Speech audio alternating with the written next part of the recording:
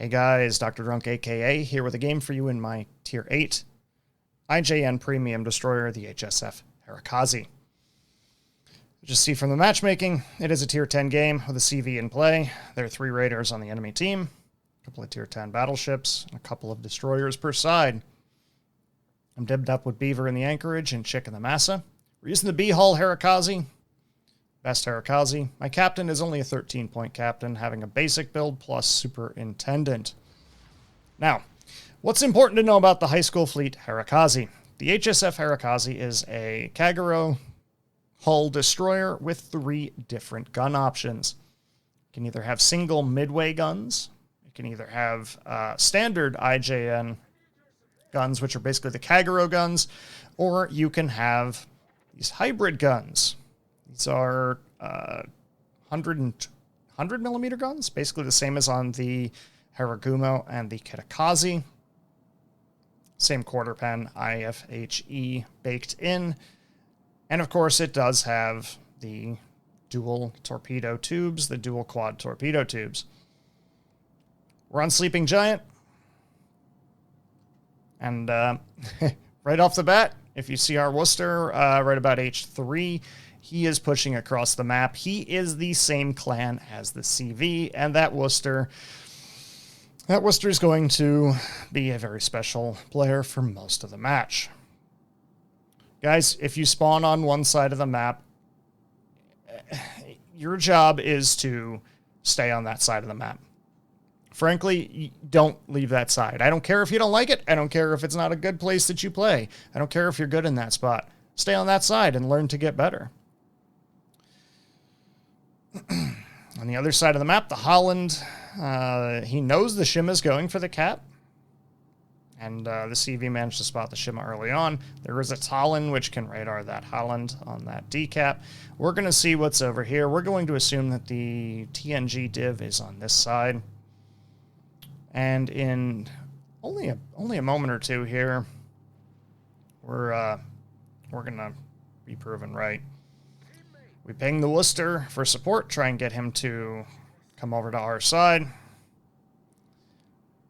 We spot the Worcester as he opens fire on our Montana.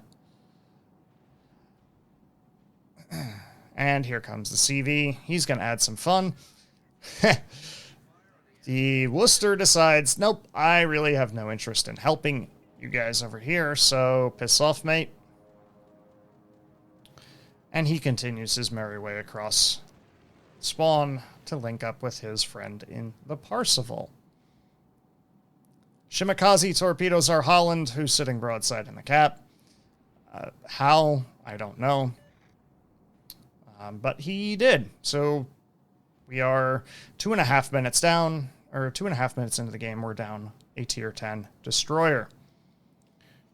If you look at the other side of the map, our Kronstadt has decided that he's going to take matters into his own hands, and he's going to push into decap. We're just inside the range of our torpedoes, so we're going to launch those at the smoke screen because smoke screens are torpedo magnets. Yes, it is a Lightning. Yes, it more than likely has its Hydro running. I know that particular Lightning player, and I know he's a decent player, so he's going to probably not fall for that. In the meantime, we're kind of stuck here. We're zoned out by the Worcester. Our Montana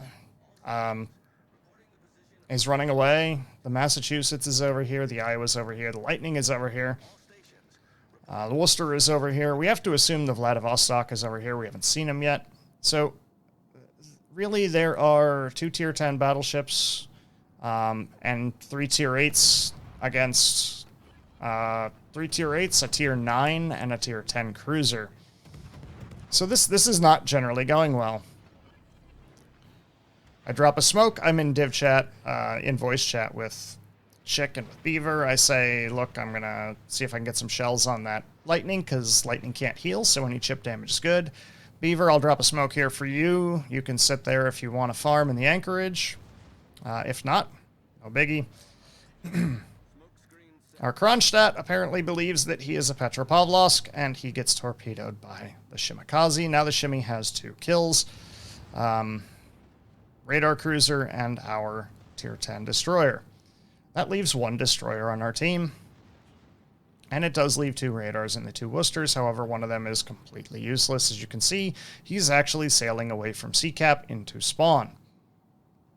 Our other Worcester, who's posted up at the corner of the island, does take out that Shimakaze, so it's 1 destroyer to a side. We are down 1 ship.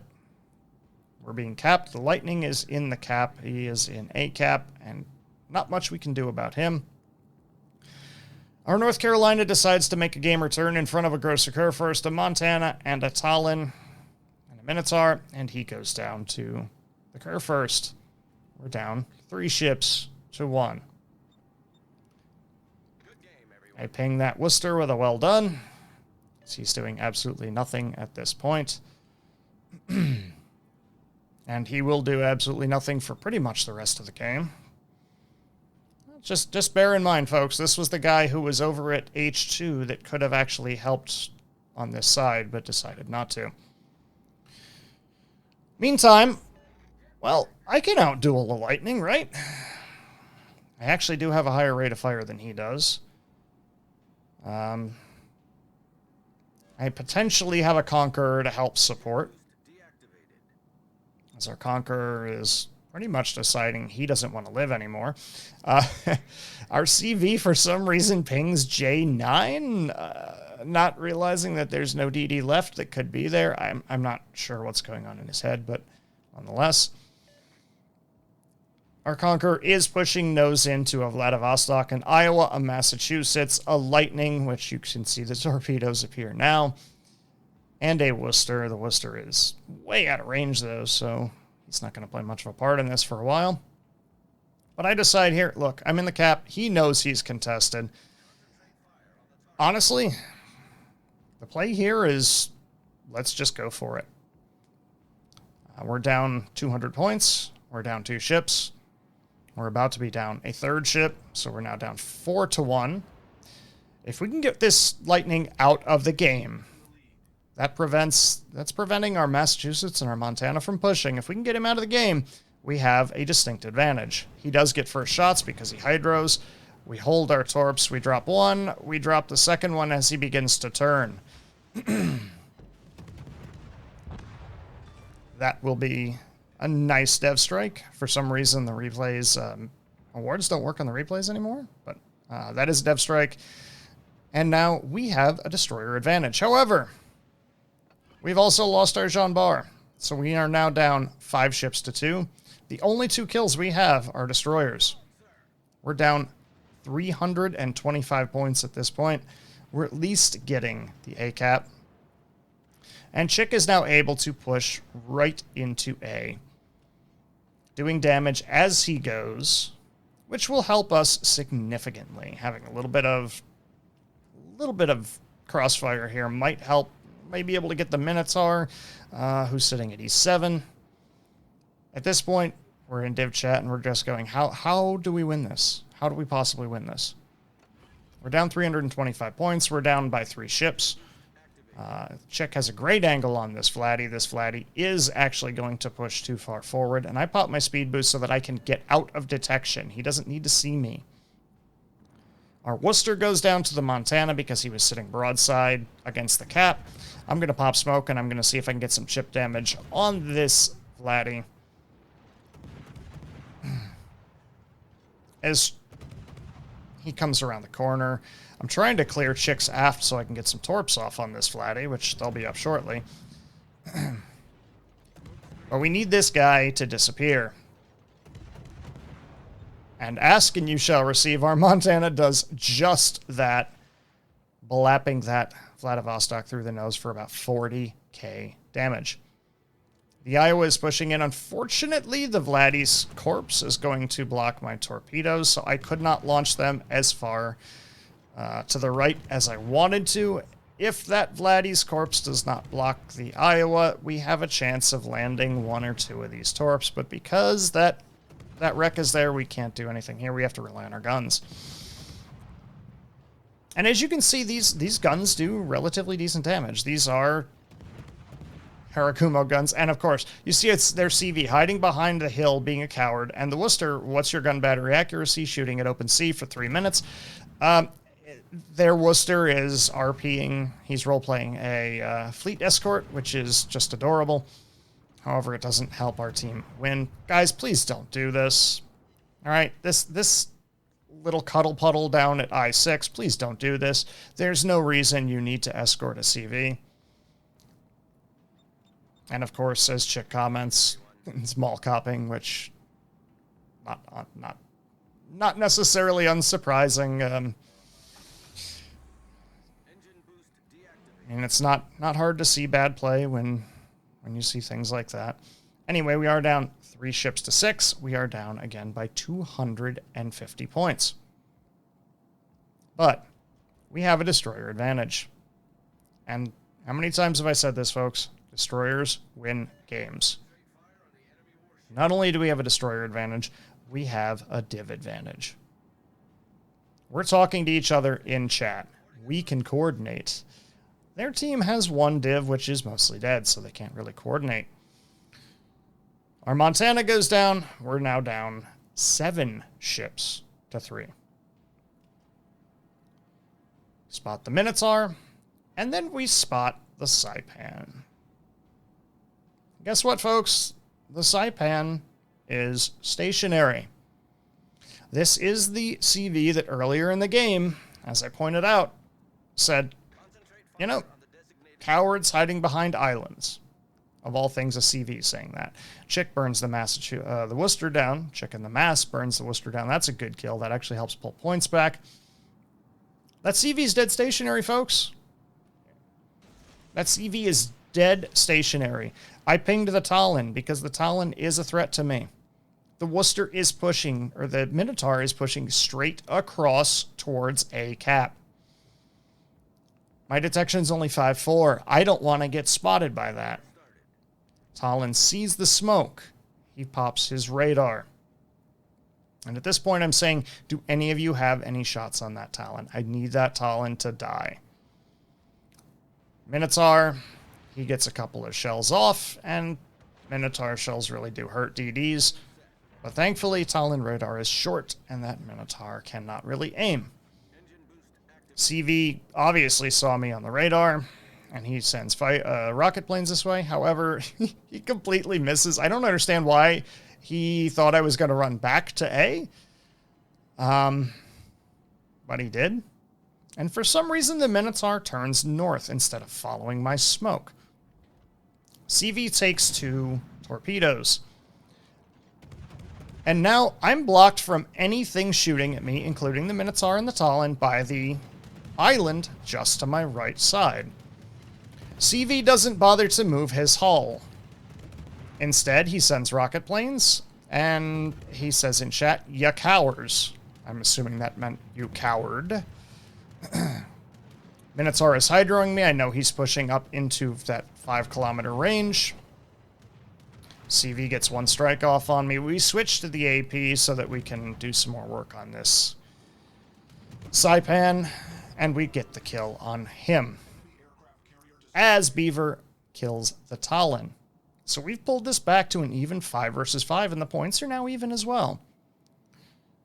And their CV in chat, F you, cheater DDs. No, buddy. It's just called playing the map as it unfolds. And maybe if you moved your hull, you would have had a chance of surviving, but I digress. Can't expect much. Chick has managed to kill pretty much everything in that A cap. The Iowa is pushing him, and this is actually going to be a critical juncture here, folks. The Grosser Kurfürst, the Seattle and the Montana are all chasing our Worcester, our Malkop Worcester, and our Parseval. Beaver is also kind of stuck on an island at this point. He's stuck in his smoke, and he's trying to reset that Kurfürst as much as possible to keep that C cap. Meantime, we're going to get the A cap. I'm sorry, is this the B cap? I think it's a B cap. I can't quite say. We're going to get the B cap. And we do get the B cap. That's our second solo cap of the game. 2 things happen here. Chick goes down to the Iowa, and Beaver goes down to the Kurfürst. That leaves the Iowa capping A, and that's a problem because we need that Iowa to die. I can't kill him with the Minotaur in the way, but Chick told me he set a fire. And he indeed set a fire. The Iowa could not damage Khan. So that's an excellent trade, a tier 8 Massa for a tier 9 Iowa. That stops the capture progress of A. Last time I saw the Minotaur was coming towards A, or towards B, so I am getting the hell out of Dodge. I'm dropping torpedoes in the direction I would assume that he is coming. I do not have RPF, but I drop torpedoes in the direction that he's coming. Having 2 dead div mates is wonderful because they can tell me what's going on the other side of the map. Apparently the Worcester was shooting AP at a bow in Seattle, Montana, and Grosser Kurfürst the entire time. So you're going to see things in chat about shoot HE, various other things. Looking at this now, the Grosser Kurfürst could have won this game by simply sitting in the CCAT. In fact, if there's nothing to stop you from capping, go cap the point. We don't know where the Mino is. We know that the Kurfürst, the Seattle, and the Montana are all being pulled down to J1 by our low health Worcester and our low health CV. So, at this point, I'm thinking those two are probably dead. I don't know where the Minotaur is. I can't fight a Minotaur on 9,000 hit points. He does have Hydro. He's going to have his Hydro available again, so the chance of landing Torps on him is probably slim to none. So I'm going to go cap D. B cap starts to flip. It means I know where the Mino is. He's in B somewhere. He's obviously behind the island because I can't see him. As Beaver tells Worcester to use Fuego. Grosser Kurfürst manages to get Confederate out of the deal.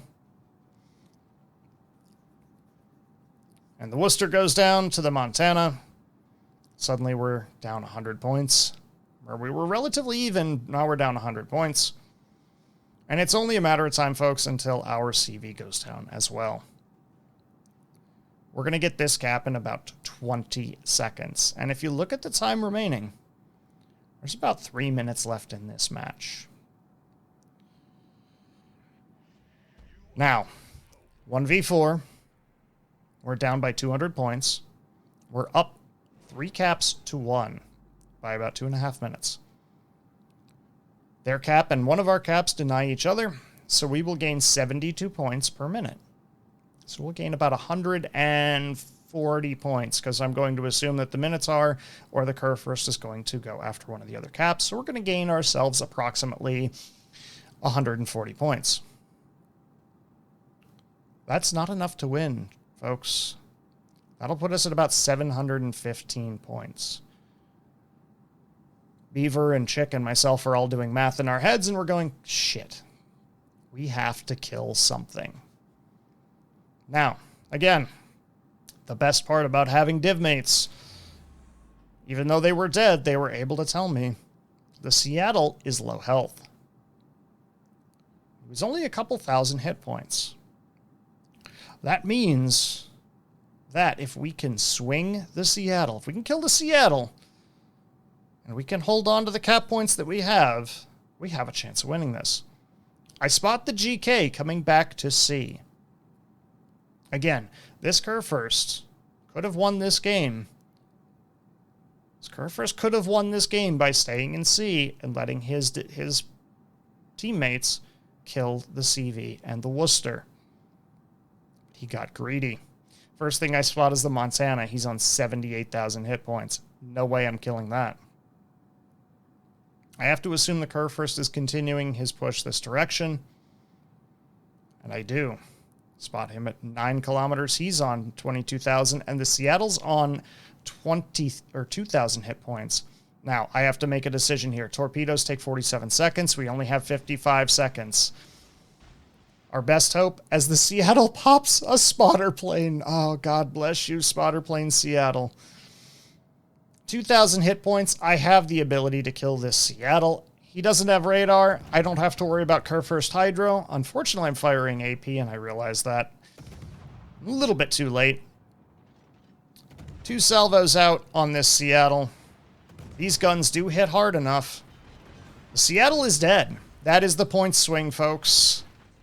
Had to kill 1 ship. We have 1 smoke left. We use it to break contact. The Mino steps into D at this point. They could still win until the Curve first eats torpedoes. And with 8 seconds left, there we go, boys. That is going to be the end of the game.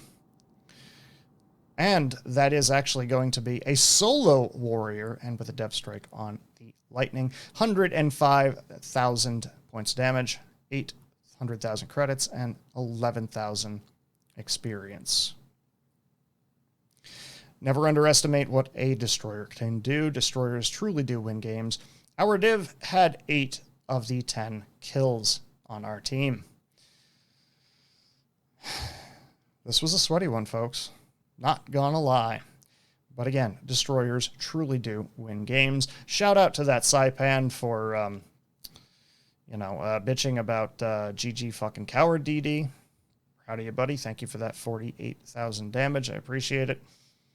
Thank you, Seattle, for only using a spotter plane. And of course, 16,000 Commander XP to help level up my Haragumo captain. Guys, we do play this and every single one of these games on my Twitch channel, twitch.tv/DrDrunk, Go ahead, check it out, drop me a follow, and hit a like and subscribe on YouTube. It helps everything out a lot. Ladies and gentlemen, thank you very much. I will be seeing you again. It is Dr. Drunk saying last call. You don't have to go home, but you can't stay here.